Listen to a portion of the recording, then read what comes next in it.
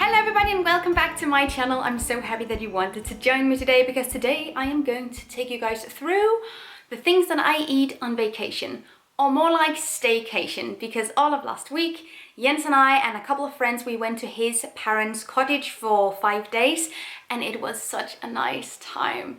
It was so great and it was far from everyone else and it was just an amazing time.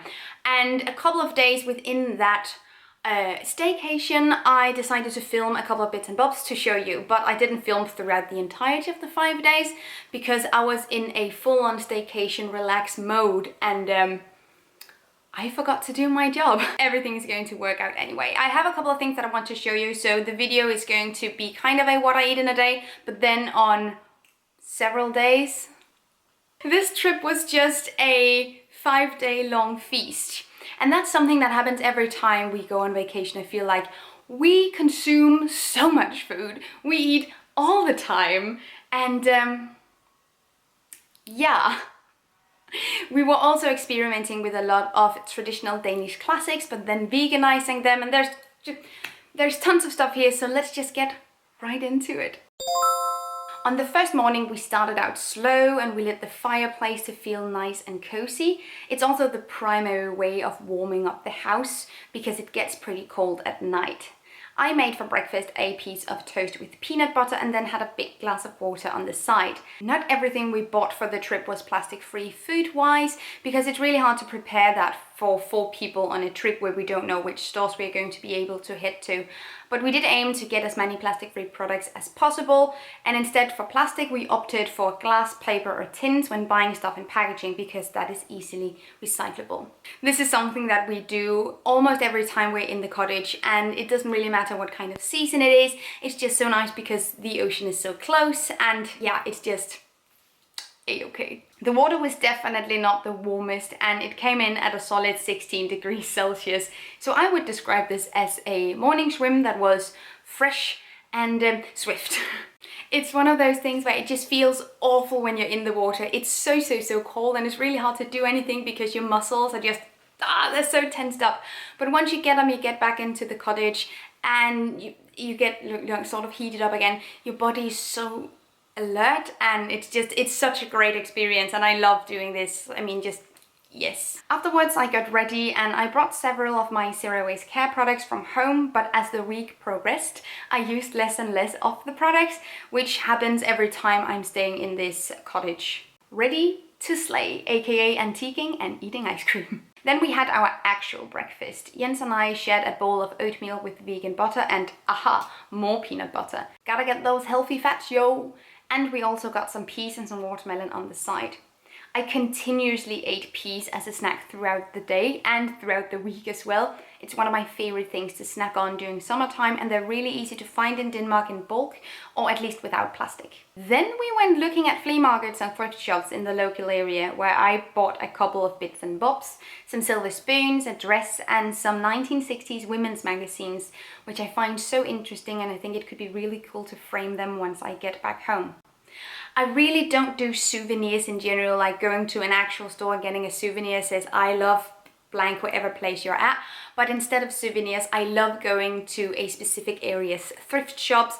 If it's in another country it's even more fun, but generally also just in other areas, and then I find thrifted things that I can use in my home that are going to have functions. That's a much more zero waste or eco-friendly way of going about souvenirs, because a lot of like the traditionally touristy souvenirs are often super mass produced and imported from bigger factories, and it just does not make any sense. You can also support local craftspeople and like buy something from small independent businesses like clay work or plates or glassware, stuff like that. But definitely staying away from these like bigger chain stores with souvenirs that are mass produced is something that it's just every time staying away from them. And I love vintage shops, thrift shops and antique stuff instead. It's so cool. Last time we were here the thrift shops were actually closed, but they aren't anymore. But of course we still kept a really good distance to everyone else while we were out and about. As a pre-lunch snack we stopped by an ice cream parlor that had a new flavor of vegan ice cream from Ben & Jerry's that we had to try out. I did, however, not bring my zero waste ice cream kit, but luckily they used wooden spoons instead of plastic spoons, so we brought those back home and reused them throughout the trip. I'm not a crazy fan of Ben & Jerry in the sense that they are actually owned by Unilever, and Unilever is, oh, I'm not so keen on it, but I have a really hard time resisting when a new vegan flavor is out, and I'm just really curious and really want to try it, but it's not something that I buy continuously all the time. I hope that makes sense. As another pre-lunch snack, yes, do you see where this is going? The level of snacks, incredible. We drove by a local brewery specifically known for their locally produced ciders and beer, and we had to try it out. I got this flowery cider, which I made sure was vegan, aka had no honey in it, and we enjoyed it outside with this beautiful view. And the mugs were reusables, which just really cranked my crunk. After walking the area, we went home for a light lunch, which for me was a sandwich with vegan cold cuts, hummus, veggies, and as an extra treat, I put in a vegan nugget, which was an amazing revelation that I can only recommend to everyone. Crunchy surprise. I never eat sandwiches like this when I'm home because I always end up making this huge meal, like because I want to take pictures of it and because I do recipes and stuff. So I never just do like these normal sandwich style lunches. It feels so special and vacationy whenever we have them, and we always have them when we're at the cottage. Oh, and after all the walking and the snacking, this tasted so flippin' delicious. Okay, so nothing happened from lunch and until dinner. This is very much indeed a food lover kind of staycation. Yeah. I nearly answered some emails and I did some work on my book, which is going to come out really soon. It's going to come out in Danish on August 31st, and hashtag ad. I'm really excited about it, and because we went away, the time that we went away, I had to be working while I was there, but it was a pleasure. It was completely great, and I'm just super excited about it. So yeah. For dinner, Jens and I wanted to show our friends the wonder that is vegan burgers. So we prepared Beyond Burgers for them.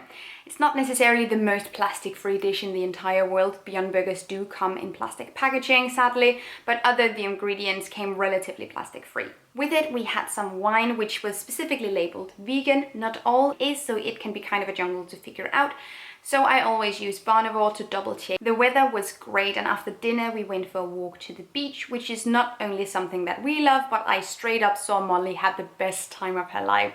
She loved the beach and she loved sand so much. And dogs were not allowed on the jetty, so we took turns staying behind with her and dipping our toes in the super duper freezing water. I looked around for some trash to pick up as well, which luckily was very hard that night.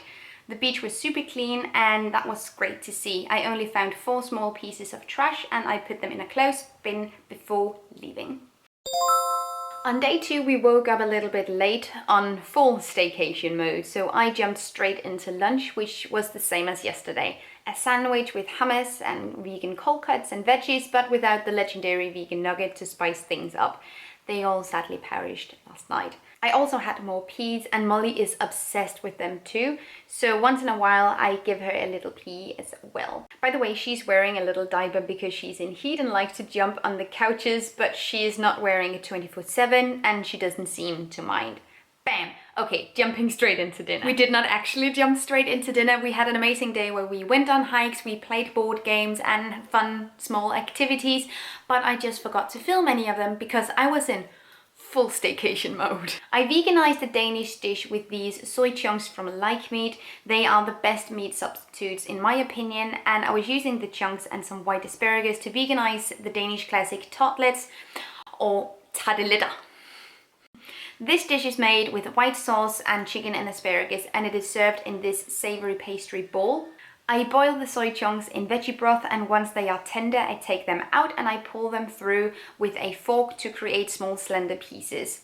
I then mix it with a sauce that is mostly vegan butter, oat milk and water from the asparagus, and the pastries are pre-bought. Most of them are actually just vegan already. Bam! Perfect and traditional Danish vegan food. And guess what? You eat it with a knife and a fork. Yes, it makes absolutely no sense and it is super impractical. After dinner, we made some drinks with vegan prosecco and strawberries. Strawberries can always be found in Denmark without plastic during the summer, and they are so easy to get from a local farmer as well. So this is a quick, low-waste drink, and it has all the good summer vibes. The reason why some wines aren't vegan is because the wine is cleared and filtered with animal products like fish scales, egg whites or milk. It's not necessary, and many wine brands do not do it anymore, but they don't always put that on the bottle. So when I'm in a hurry, I go for those bottles I know have the vegan label. We all brought games to the cottage, and there were games here as well already. Board games can often be found in thrift shops, which is where we found these as well. Although they have small plastic parts, they are reused over and over again, so I definitely see board games as a low waste activity.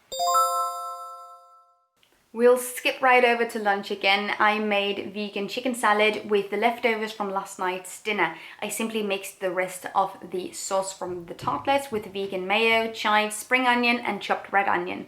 And then I served it on rye bread, and it was a super duper hit in the cottage. God damn it, this was delicious. I don't think I'm ever going to make the tartlet sauce for the appropriate amount of people anymore. I'm going to make more of it always and then have this salad afterwards. It was so good.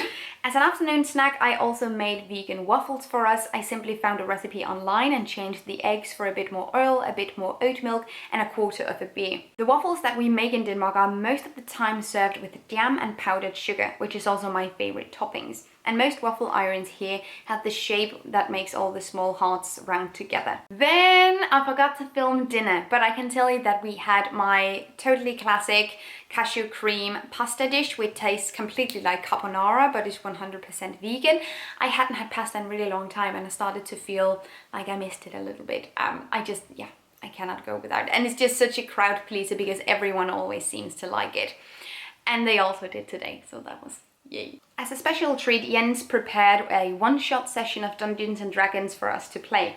He DMs a lot, and I've played a couple of sessions already. This time I created a character that was a dark elf rogue who never learned how to kill but always knew how to love. And I sort of imagined him being like a combination of Ron Stoppable and Dr. Dragon. I don't know. It was just really funny for me. You can actually also find digital papers, character sheets, dice, everything online, so you don't even need those if you want to do it completely zero waste. We use them because Jens already had them, but otherwise I do it the zero waste way.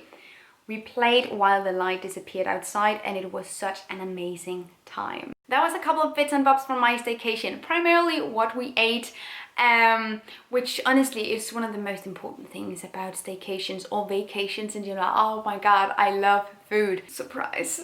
But it was also a little bit about what kind of activities that you can do while you are in a cottage, and there's so many different things. You could have also, of course, been more active. I actually did work out a little bit. Jens and I, we had a little yoga session, and then I went for a run at the beach. It was so amazing.